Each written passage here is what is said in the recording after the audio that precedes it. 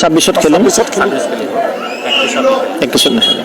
মইতো কৈ দিছোঁ মাননীয় মুখ্যমন্ত্ৰী মহোদয় কৈছোঁ, মোৰ দলৰ নেতৃবৃন্দকো কৈছোঁ। নাই বিধায়ক হ'লোঁ মই। হয়, যিহেতু আফটাৰ ডিলিমিটেশ্যন গোটেই আমাৰ পূবপাৰ মৌজাটো আমাৰ ৰঙিয়া সমষ্টিত সোমাই গ'ল।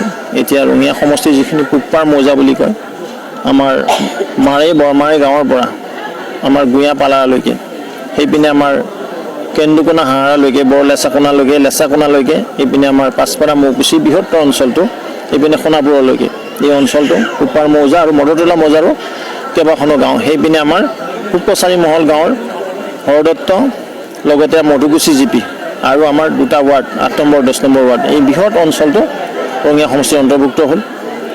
মই প্ৰভু বিষ্ণুশ্বৰ প্ৰাৰ্থনা যাম কিদৰে এই অঞ্চলটোক ৰঙিয়া যিদৰে উন্নয়ন কৰিবলৈ সক্ষম হৈছোঁ, এইখিনিও যেন কৰিব পাৰোঁ তাকেই মই কামনা কৰিছোঁ। আৰু মই যিটো বিধায়ক এতিয়া হ'লোঁ এইটো পাৰ্টৰ আৰু এই পাৰ্টৰ ৰাইজক কিদৰে শ্ৰদ্ধা ভক্তিৰে আগবঢ়াই নিব পাৰোঁ, সাংস্কৃতিক, বৈদিক, শৈক্ষিক দিশত আগবঢ়াই নিব, সেই নিমিত্তে কাম কৰি যাবলৈ প্ৰতিশ্ৰুতিবদ্ধ।